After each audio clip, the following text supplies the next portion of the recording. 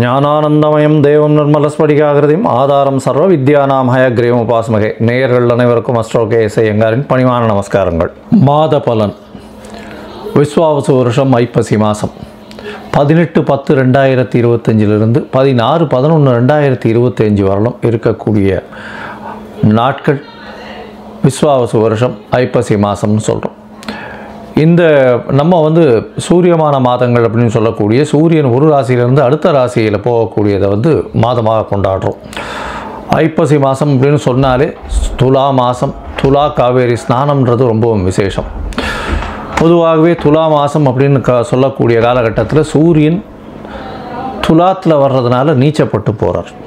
சரி, இந்த காலகட்டத்தில் இருக்கக்கூடிய கிரகச்சாரங்கள் என்ன? இந்த காலகட்டத்தில் இருக்கக்கூடிய இந்த ஐப்பசி மாதத்தில், அதாவது துலா மாதத்தில் காவிரி ஸ்நானம் ரொம்ப முக்கியம்னு சொன்னோம். அதை தவிர இந்த துலா மாதத்தில் வரக்கூடிய விசேஷங்கள் என்ன அப்படின்றதையும் ஒன்று ஒன்றா பார்க்கலாம். இந்த மாதத்தில் இருக்கக்கூடிய கிரகச்சாரம் அப்படின்னு சொல்லும்போது காலபுருஷ தத்துவத்தின்படி 4வது ராசின்னு சொல்லக்கூடிய கடகத்தில் குரு அதிசாரத்தில் இருக்கார், கேது சிம்மத்தில் இருக்கார், சுக்கிரன் நீச்சப்பட்டு போய் கன்னியில் இருக்கார், புதன் துலாத்தில் இருக்கார், சூரியனும் துலாத்தில் இருக்கார், செவ்வாயும் துலாத்தில் இருக்கார். அதை தவிர கும்பத்தில் பார்த்தோம்னா சனி வக்கரகதியில் இருக்கார், ராகுவும் இருக்கார். இந்த மாதத்தில் விசேஷம் என்ன அப்படின்னா, சுக்கிரன் நீச்சப்பட்டு போயிட்டாரு அப்படின்னு கவலைப்பட வேண்டாம். ஏன்னா நீச்ச பரிவர்த்தனையாக இருக்கார், ஆட்சி பெற்று போனதற்கு சமம். ஏன்னா சுக்கிரனும் புதனும் ஒருவருக்கொருவர் பரிவர்த்தனை யோகம் வருது, மிகப்பெரிய ஏற்றத்தை கொடுக்கக்கூடிய காலம். சரி, இந்த மாதத்தில் பார்த்தாலேயானால் 27-10-2025 அப்போ செவ்வாய் அதாவது 18ஆம் தேதி மாதம் பிறந்து ஒரே வாரம் ஒரு 10 நாளைக்குள்ளே செவ்வாய் விருச்சிகத்துக்கு போகிறார், அவருடைய ஆட்சி வீட்டுக்கே போகிறார். பெரிய விசேஷம். சுக்கிரனும் இந்த மாத கடைசி, அதாவது கிட்டத்தட்ட 3-11-2025 இந்த மாதத்தில் 20 நாள் போனதுக்கப்புறம் அவர் மாறுறார், அவர் ஆட்சி பெற்று போகிறார். அதனால் பெரிய விசேஷம் கொடுக்கக்கூடிய காலகட்டம். இந்த மாதம் மொத்தமே சுக்கிரன் பரிவர்த்தனையில் ஆட்சி பெற்றோ இல்லை தனித்து ஆட்சி பெற்றோ இருக்கக்கூடிய காலமாக இருக்கிறதுனால மிகப்பெரிய ஏற்றங்களை கொடுக்கக்கூடிய காலமாக, ஐஸ்வர்யங்கள் பொங்கக்கூடிய காலமாக இருக்க போகிறது. சரி, இந்த மாதத்தில் வரக்கூடிய விசேஷம் என்ன அப்படின்னு பார்த்தோம்னா 18-10-2025 அன்றைக்கே தன்தெராஸ்ன்னு சொல்லுவாள், தனத்ரயோதசி அப்படின்னு சொல்லக்கூடியது. இந்த திரையோதசி லக்ஷ்மியை குபேரனையும் லக்ஷ்மியையும் வணங்கினோமே ஆனால் சாயந்தரம் உங்களால் முடிஞ்சது தங்கம் வாங்க முடிஞ்சதுன்னா வாங்குங்கோ, இல்லை துவரம்பருப்பு, அரிசி, வெல்லம் இது வாங்கி வச்சுட்டு, இல்லை உப்பு இது வாங்கி வச்சுட்டு பண்ணலையானால் மிகவும் விசேஷம். அதை தவிர தானங்கள் கொடுக்கறதுக்கு ரொம்பவும் ஏற்றமான காலம். இந்த மாதம் தீபாவளி வருது. எல்லாருக்கும் என்னுடைய தீபாவளி நல்வாழ்த்துக்கள் முதல்ல அதை தெரிவிச்சுக்கிறேன். அதாவது என்னுடைய நேயர்கள் அனைவருக்கும் என்னுடைய சேனலையும் சப்ஸ்கிரைப் பண்ணி கண்டினியூஸாக வாட்ச் பண்ணி நிறை குறைகளையும் சொல்லி வரக்கூடிய என்னுடைய சேனலை எடுத்து கொண்டு போகக்கூடிய அனைவருக்கும் என்னுடைய தீபாவளி நல்வாழ்த்துக்கள். அது என்றைக்கு வருது அப்படின்னு பார்த்தோம்னா 20ஆம் தேதி தீபாவளி, அதாவது சதுர்தசி தீபாவளி வருது. அதுக்கப்புறம் அமாவாசை, துலா அமாவாசை மிகவும் சிரேஷ்டமானது. துலா அமாவாசை அப்படின்னு சொல்லக்கூடியது பெரிய ஏற்றத்தை கொடுக்கக்கூடியது. அதுக்கப்புறம் கந்த சஷ்டி, அதாவது 27-10-2025 கந்த சஷ்டி சூரசம்ஹாரம் அன்னைக்கு. சஷ்டி விரதம் முதலே ஆரம்பிச்சிடும், அமாவாசைக்கு அடுத்த நாள்லேருந்தே சஷ்டி விரதம் ஆரம்பிச்சிடும், சூரசம்ஹாரமும் வந்துடும். பௌர்ணமி விரதம் வருது இந்த மாதம். என்றைக்கு அப்படின்னா 5-11-2025 பௌர்ணமி, ஐப்பசி பௌர்ணமி. என்ன விசேஷம் அப்படின்னா ஐப்பசி பௌர்ணமி அன்னாபிஷேகம்னு சொல்லுவாள். அன்னாபிஷேகம் மிகப்பெரிய ஏற்றம்.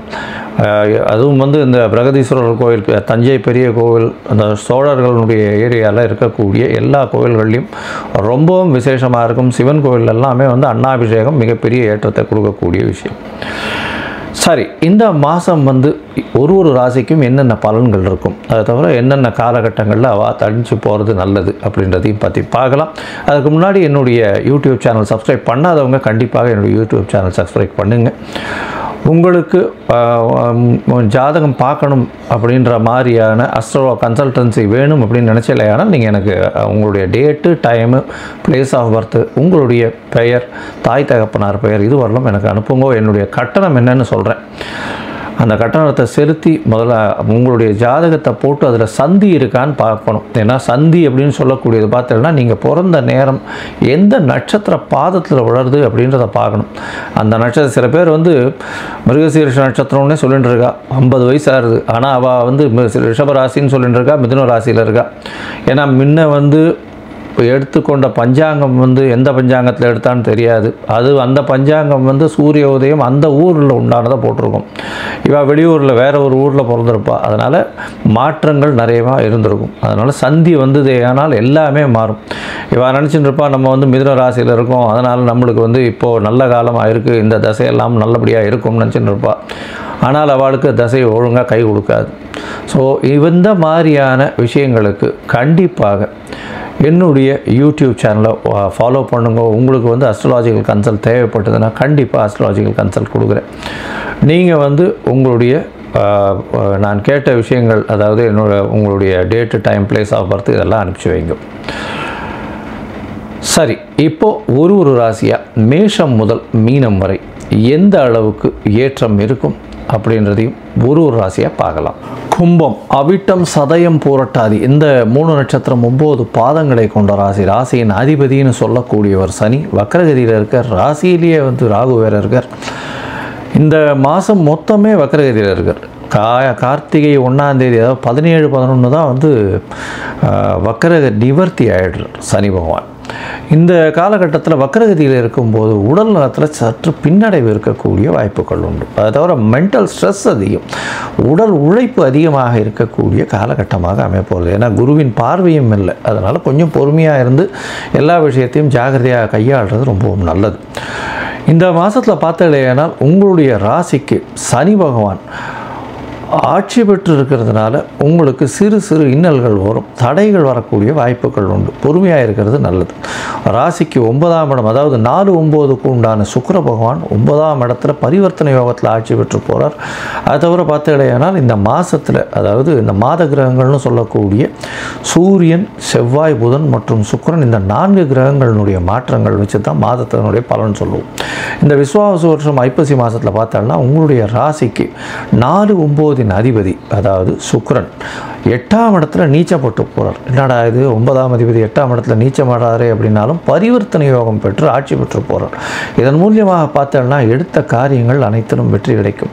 வெளிநாடு போய் படிக்கக்கூடிய பாக்கியம் நிச்சயமாக உண்டு. அது தவிர பார்த்தோம்னா 3/11/2025 சுக்கிரன் 9ஆம் இடத்துக்கே வந்துடுறார், ஆட்சி பெற்று போயிடுறார். எடுத்த காரியங்கள் எல்லாமே வெற்றி அடையக்கூடிய வாய்ப்பு, நினைத்த இடத்தில் நினைத்த காரியங்கள் நினைத்த மாதிரி நடக்கக்கூடிய காலகட்டமாக அமையும்.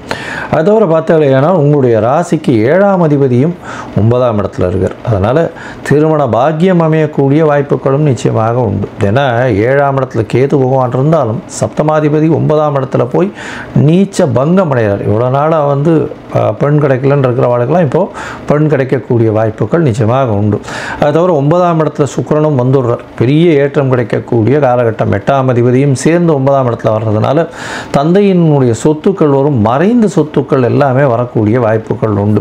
அது தவிர வெளிநாட்டிலிருந்து திடீர் பிரயாணங்கள் வரக்கூடிய வாய்ப்புகள் நிச்சயமாக இருக்கும். வெளிநாடு போயிட்டு வரக்கூடிய வாய்ப்புகள் உங்களுக்கு உண்டு.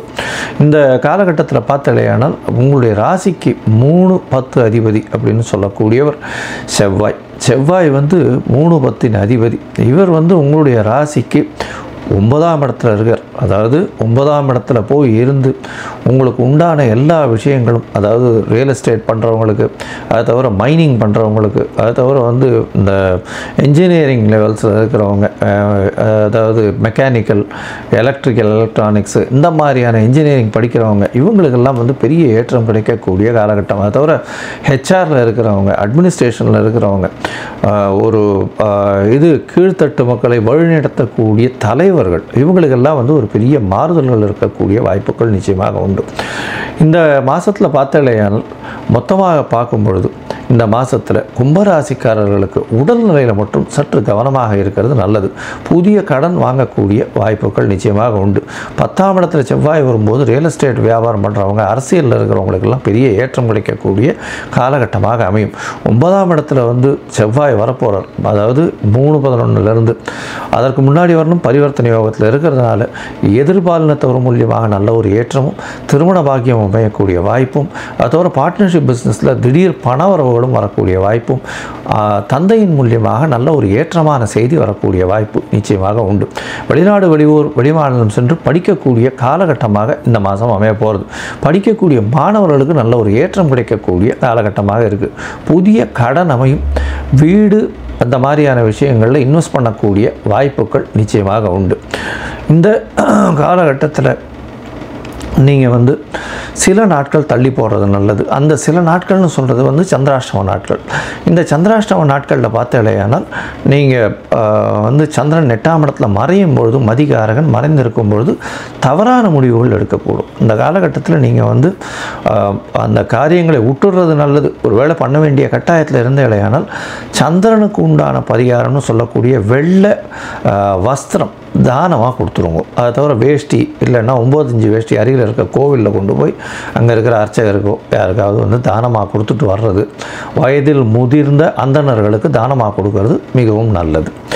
சரி, இந்த மாதம் உங்களுடைய தசாபுக்தி அந்தரம் சூக்ஷ்மம் அந்த அளவுக்கு விசேஷத்தை கொடுக்கல அப்படின்னா நீங்கள் என்ன பண்ணலாம் அப்படின்னு பார்த்தோம்னா, காலபைரவரை போய் சேவிச்சுட்டு வாங்கும். அதாவது சிவன் கோவிலில் காலபைரவர்னு ஒரு சன்னதி இருக்கும்.